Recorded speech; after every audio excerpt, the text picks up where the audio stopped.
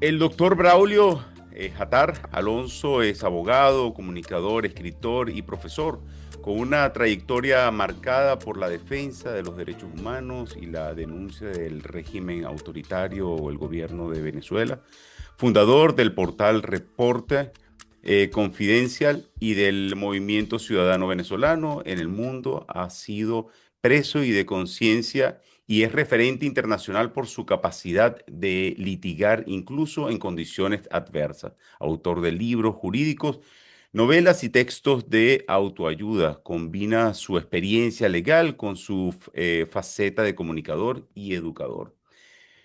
Doctor Braulio, quiero darle la bienvenida y a todos ustedes los que nos están escuchando a este canal Gobernanza Ciudadana Digital, un canal que busca informar sobre todo de manos de las personas que tienen experiencia y conocimiento sobre temas relevantes de mucha importancia para todos. Hoy nos acompaña el doctor Braulio y quiero darle la bienvenida, doctor. Muchísimas gracias por estar aquí. No, muchísimas gracias a ti por tu tiempo, por tu amabilidad y por darnos esta oportunidad de contactar con las personas que siguen tu canal. Y nada, aquí estamos a tus órdenes y disposición. Doctor, hoy la migración no solo es un drama humano sobre todo, sino también un desafío jurídico y político que redefine de una u otra forma esas fronteras y esa soberanía. Como abogado y expreso de conciencia, ¿cuáles considera usted que son los vacíos legales que vive y que tienen esos inmigrantes que tienen que enfrentar el día a día en América Latina o en el mundo entero? ¿Cómo debería abordarse este tema según su experiencia y sus conocimientos, doctor? Bueno, aquellos inmigrantes que están en países, vamos a hacer una denominación allí que se repite, países de democracias occidentales, tienen un beneficio de contar con institucionalidad y Estado de Derecho. Y una máxima que impera en Chile, que es donde estoy, donde te hablo, de aquí desde Santiago, donde tengo una oficina de abogados, conformada por chilenos y venezolanos, somos socios. Eh, Nosotros apelamos a ese Estado de Derecho cuando las condiciones, los entornos empiezan a crear conflictos que tiene ese Estado de Derecho institucionalmente que responder a esas falencias. Eh, con eso te quiero decir que el inmigrante es un débil jurídico, tal y como se puede concebir el trabajador en su relación con el patrono. Y ambos, y de ahí el símil, cuentan con las herramientas legales, teóricas, para poder equilibrar esa balanza. Luego, bien sabemos, y por eso uso el símil del trabajador con relación al patrono, que el trabajador no tiene la capacidad económica que tiene el patrono, no tiene el nivel de relaciones ni acceso al poder que tiene el patrono, y esas asimetrías, esos desequilibrios se hacen igual presentes en el caso del inmigrante. Es decir, en las democracias occidentales, el Estado de Derecho está disponible para todos, pero también sabemos que la justicia, aunque debe ser ciega, no siempre es así, y el inmigrante, aunque tiene las herramientas, no siempre tiene la posibilidad de utilizarlas. Y en eso es donde nosotros entramos como bisagra, prestando ayuda a esos inmigrantes que están desprotegidos y les hacemos posible, les acercamos las herramientas que el Estado de Derecho pone a disposición nuestra para poder equilibrar la balanza en lo que es obviamente una simetría con respecto a la relación de los inmigrantes con los nacionales. Doctor, un tema tan importante como la migración, eh, eh, esto sobre todo de cara a informar a aquellas personas que están en esta situación o que tienen el deseo o la intención de emigrar. Em, esta condición, para usted, ¿cuál podría ser la mejor vía de enfrentar esta realidad como migrante? ¿Cuál deberían ser las decisiones que debería tomar un migrante en un momento determinado? Sobre todo entendiendo de que en ocasiones hay países que tienen una legislación muy muy corta para en sí integrar a ese migrante y también para abordar la problemática que ello conlleva en su país de acogida. Sí, mira, yo haría una distinción primaria, pues, a orígenes, como dicen los abogados, ¿no? Una Ujú. cosa es inmigrar voluntariamente y otra cosa es el inmigrante desplazado.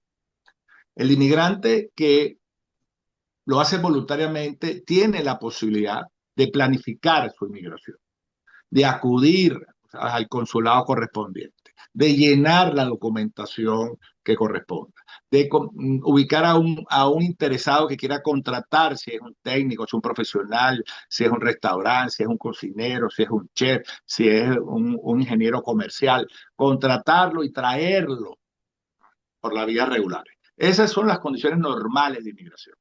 Pero la gran masa, la gran ola de inmigrantes en el mundo son personas desplazadas, desplazadas por razones económicas, desplazadas por razones de discriminación, desplazadas por persecuciones políticas y países como Venezuela que son desplazadas por todas las anteriores razones políticas, económicas, de persecuciones de todo tipo, propios de los gobiernos dictatoriales y de facto, como es el caso de Venezuela. Entonces, pedirle a un desplazado que cumpla a la letra de la ley de inmigración es lo lógico, es lo propio, pero la verdad se impone y el desplazado simplemente es una víctima de una realidad que también se impone del lado de su país de origen. Entonces, nosotros diríamos, te hablo de Chile, pues, porque no me gusta improvisar mucho, yo conozco la realidad de Chile, no quiero improvisar de otras realidades, pero en el caso particular de Chile, una de las luchas que nosotros damos permanentemente y organizaciones como Amnistía Internacional lo ha dicho muy claro, ellos hablan de la doble afectación de la inmigración venezolana. Doble afectación porque el venezolano es afectado por su estado de origen, su gobierno, su territorio de origen, y luego es afectado por una criminalización y estigmatización al llegar a países como Chile. Entonces, esa doble afectación, además, desprotegido de institucionalidad y de Estado de Derecho, no porque no exista, te repito, sino porque no saben, o sea, están unas puertas allí, pero ellos no saben dónde están ni siquiera las llaves a esas puertas. Y nosotros, como te dije al principio, es nuestra obligación no solo señalarle que a estas son las llaves, a esas puertas al Estado de Derecho, sino también en muchos casos ayudarnos a abrir esas puertas con las llaves que nosotros tenemos a la mano. Entonces, los venezolanos son víctimas, no son unos inmigrantes, son víctimas de un desplazamiento. Por eso que hay una tesis que yo la considero válida, de entre ellos Human Rights Watch, otra importante ONG, en donde los venezolanos son refugiados automáticos. No tienen que probar la condición de refugiado como pasa en otras instancias. Los mismos dictámenes, las mismas opiniones internacionales, las mismas resoluciones tomadas por organismos multilaterales establecen el menoscabo del Estado de Derecho en Venezuela en el nivel socioeconómico, en el nivel de salud, en el nivel de trabajo, sueldos miserables, condiciones económicas paupérrimas, persecución política, falta de institucionalidad, ministerio público convertido en parte del gobierno, falta de independencia de poder. Bueno, todo eso obviamente crea unas condiciones que no pueden producir otra cosa que víctimas que son propias del refugio. Entonces en Chile, te doy ejemplos para que sepas, yo hoy tuve una entrevista con un periodista de Bloomberg, de Brasil, o sea, yo estoy muy agradecido contigo, agradecido con los medios como el tuyo, que están interesados en el tema, yo me siento complacido de que esto sea un tema relevante. Yo hablaba con él y para que tú veas las diferencias, ¿no? En Brasil existe, y lo hablábamos los dos, un programa que se llama Acogida, que yo te pido que lo revises en cualquier momento. Ese programa Acogida no tiene bandera política. Fue creada durante los años, obviamente, de Bolsonaro, que tú sabes que es cuando hace el pico la inmigración venezolana. Aquí estaba Piñera, Bolsonaro estaba en Brasil, estamos hablando de la derecha gobernando en Chile y en Brasil, pero el Lula ha respetado ese programa de acogida y Brasil, tú no oyes casos xenofóbicos, persecuciones, temas, tú sabes, de resistencia o desencuentros sociales en Brasil. No, en Brasil creó un programa que está reconocido por la ONU, que lleva el nombre Acogida, donde tú llegas en condiciones muy paupérrimas inclusive, y ellos te dan las frazadas, te ayudan con la leche, vamos a decir, alimento para los niños, luego te registran, después a los adultos los ubican en la bolsa de trabajo y la gente se va integrando. Y eso es aquí al lado, Brasil. Mm, Y en el caso de Colombia, que aquí estuvo Duque, el presidente Duque, se reunió con los partidos de derecha. Aquí los de izquierda y los de derecha desprecian en su discurso a los migrantes, ¿no? Para que lo tengamos claro, ¿no? Los dos bloques, porque de ahí sacan votos, de ese pozo de las emociones negativas, como yo digo. Duque estuvo aquí, se reunió con miembros del partido de derecha, me lo Le dijeron estoy ellos escuchando mismos. mal, doctor. Le estoy escuchando mal el audio. ¿Ah? A ver, Ahora ¿mejoró? sí, ahora Me sí, estoy correcto. acercando. Mm, Ok, perdone.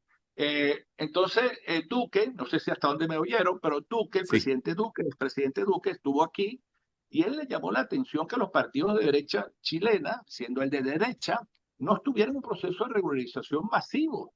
Recuerda tú, ya te hablé de Brasil, que está aquí al lado, ahora te hablo de Colombia. En Colombia hay 2,5 millones de venezolanos, cifras oficiales, puede ser un poco más, puede ser un poco menos, y llevan registrados 2,100,000 venezolano. Y Duque le decía a la derecha chilena, lo mismo le diría a la izquierda, pero supongo que se reúne más con la derecha que con la izquierda, aunque esto no tiene bandera en mi mente, les decía, yo no entiendo por qué usted está en contra de regularización, si regularizar es tener identidad de las personas, si no lo regularizan no sabe quiénes son, no sabe dónde están, no sabe qué hacen, no saben qué se dedican, no aportan al Estado, no pagan impuestos. Y Duque se fue aquí totalmente, yo te diría, impresionado de lo que yo he llamado este populismo antimigrante que no resuelve los problemas ni de los inmigrantes ni de los países de refugio.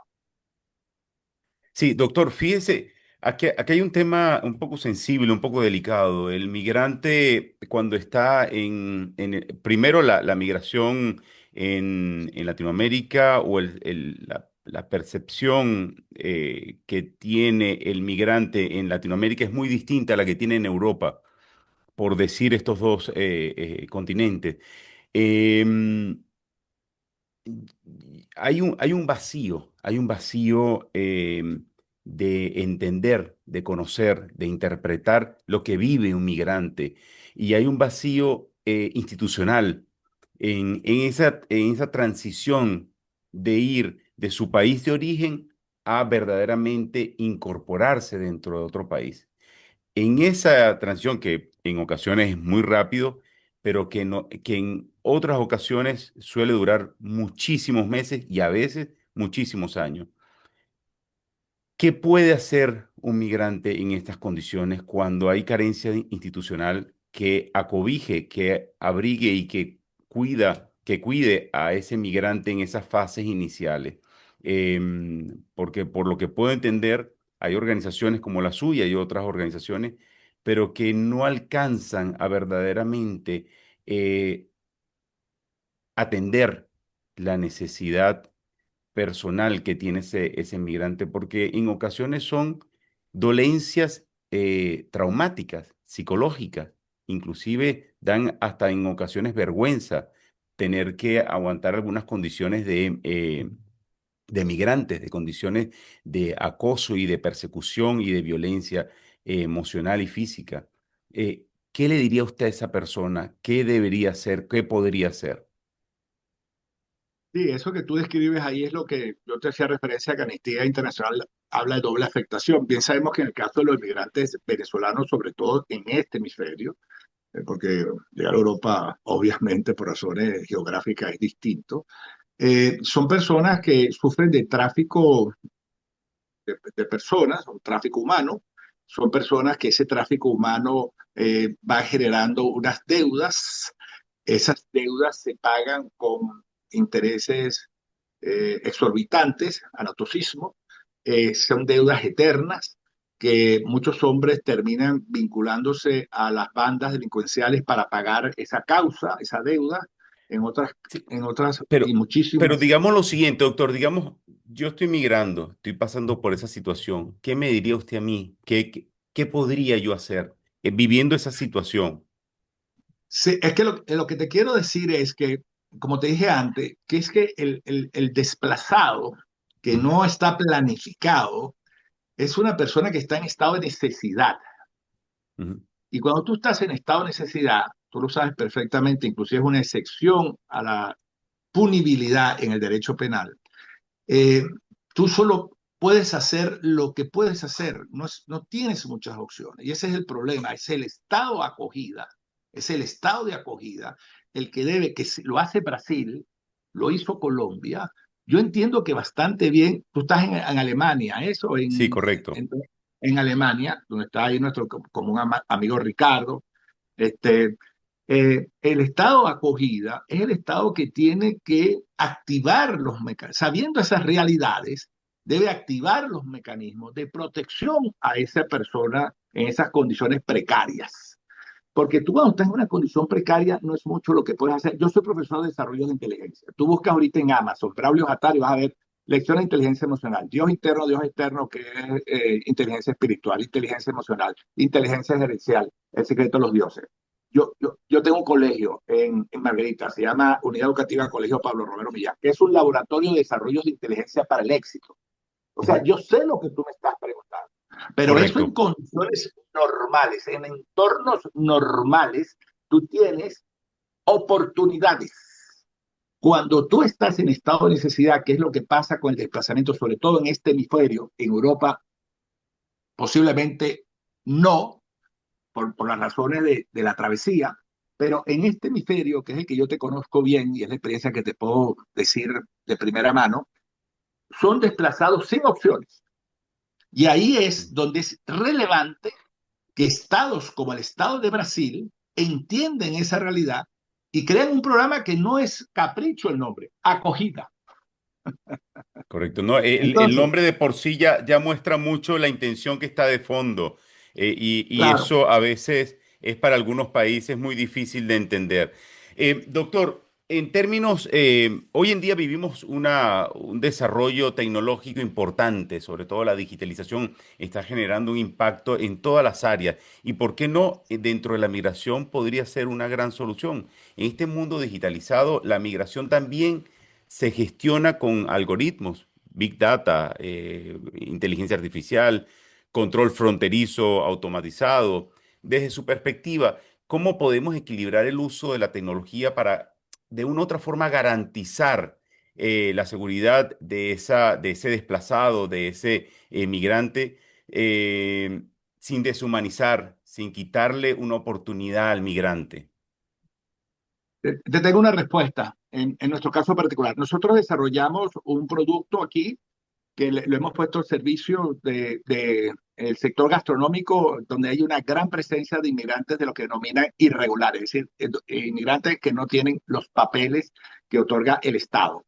Y Ujú. nosotros tenemos con un solo cliente 1.500 inmigrantes irregulares en proceso de regularización automatizado. Nosotros construimos una plataforma de automatización de los procesos de regularización. Entonces, mi respuesta a tu pregunta es sí. Existen las herramientas, sobre todo cuando estás manejando, tú lo dijiste muy bien, la Big Data. Nosotros estamos hablando aquí de por lo menos para hoy, en Chile, para hoy, hay 350.000, por lo menos, inmigrantes irregulares a los cuales hay que entrar en un proceso de regularización, de acompañamiento yo te diría en satisfacer los sueños que tenemos todos seres humanos, que es una vida mejor. Entonces, sí, no solo convalido lo que tú insinúas en tu pregunta o conlleva tu pregunta, sino que te afirmo a través de nuestra realidad que nosotros usamos herramientas modernas de inteligencia artificial y sistematización en el caso de regularización masiva de clientes nuestros. Sí, la respuesta es sí. Doctor, la migración de África hacia Europa es significativa. Hablamos de cifras más o menos dentro de los 11 millones de personas. En Venezuela hay en este momento unas cifras aproximadas de algunos plantean unos 7 millones, otros 8 millones, y algunos un poco más y algunos un poco menos. Pero dentro de esa migración se ha generado un impacto social y económico en todas las regiones donde ese migrante se dirige.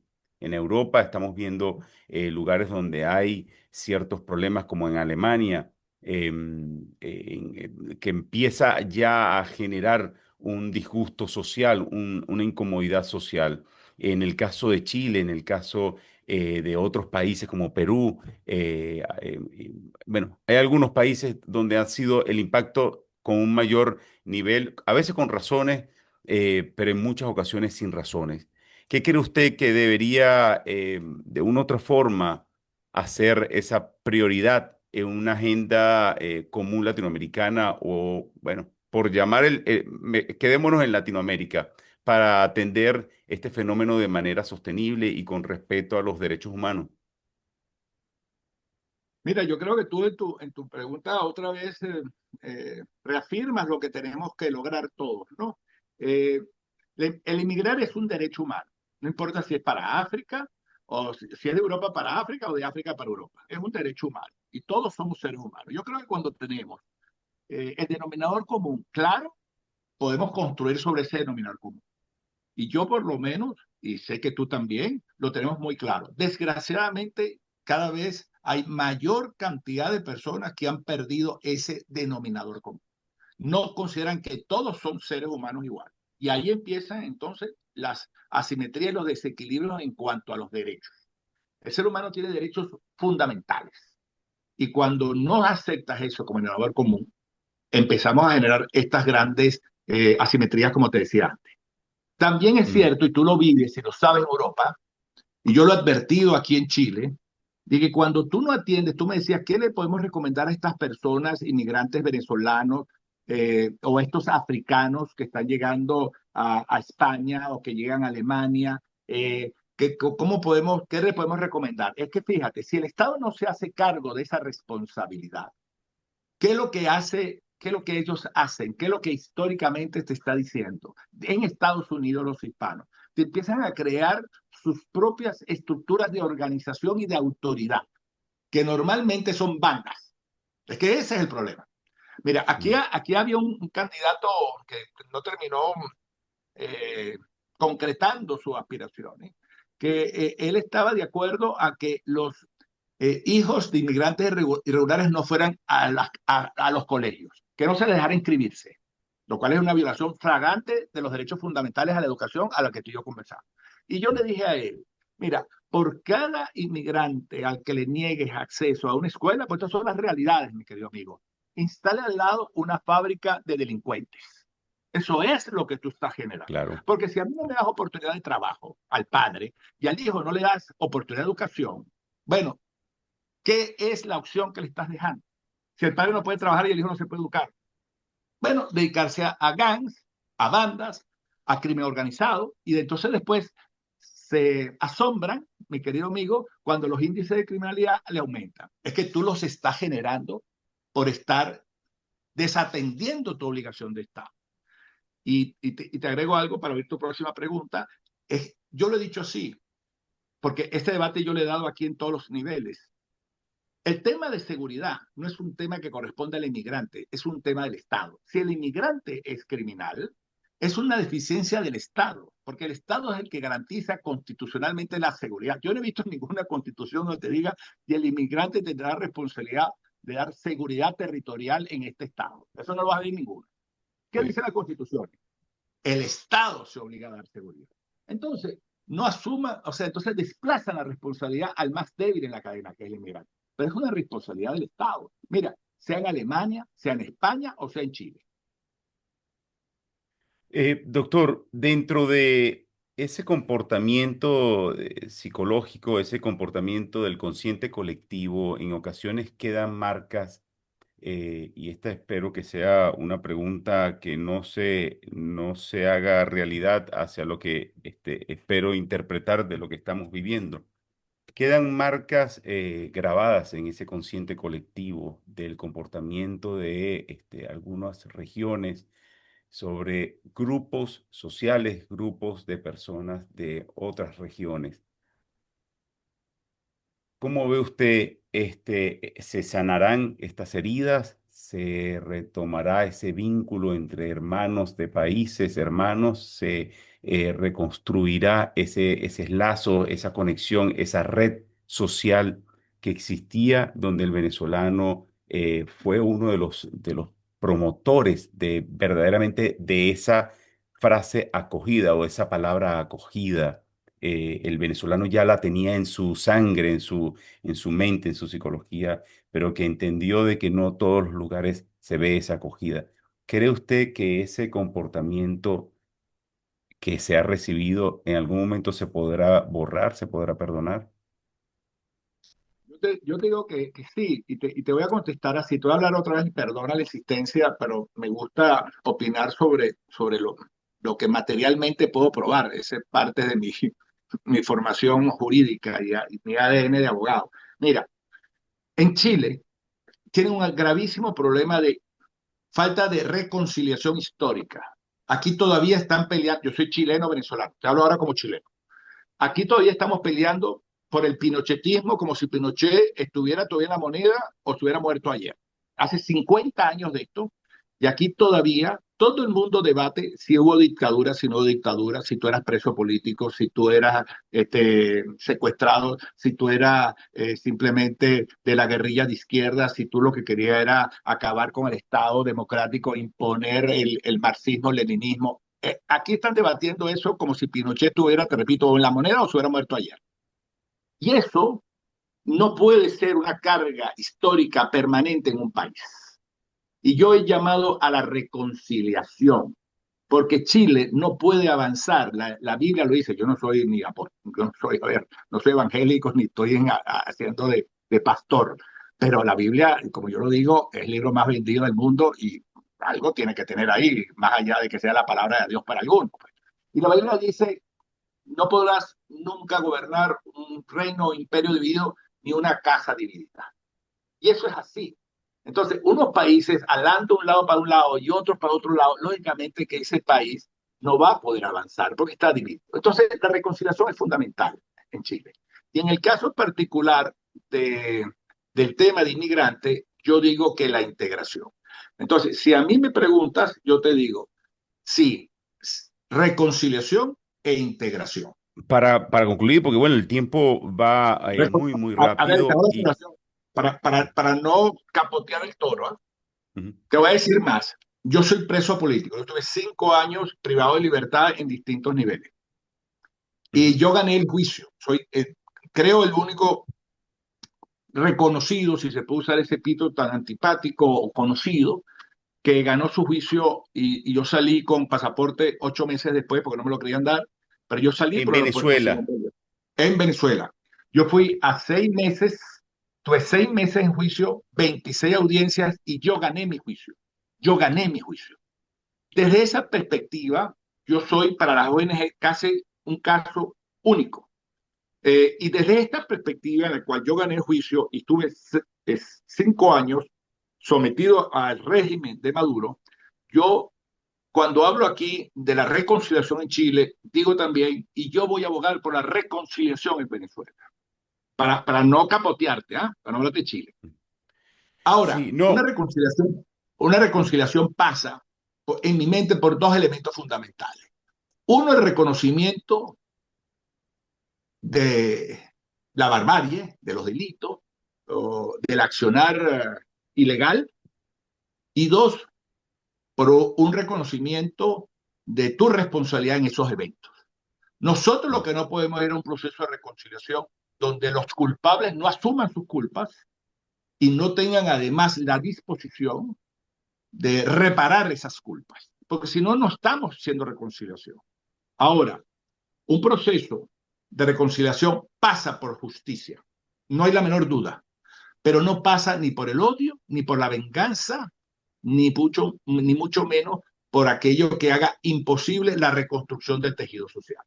Y eso en Venezuela, tarde o temprano, hay que trabajarlo así. Y yo asumo el riesgo de decirte lo que te estoy diciendo porque es el mismo discurso mío como chileno en la reconciliación en Chile en sus tiempos y la de Venezuela en sus tiempos a través, te repito, para que no se malinterprete, de un sistema de justicia en donde cada uno tenga que recibir lo que tenga que recibir siempre y cuando además asuma culpa y responsabilidad por ello.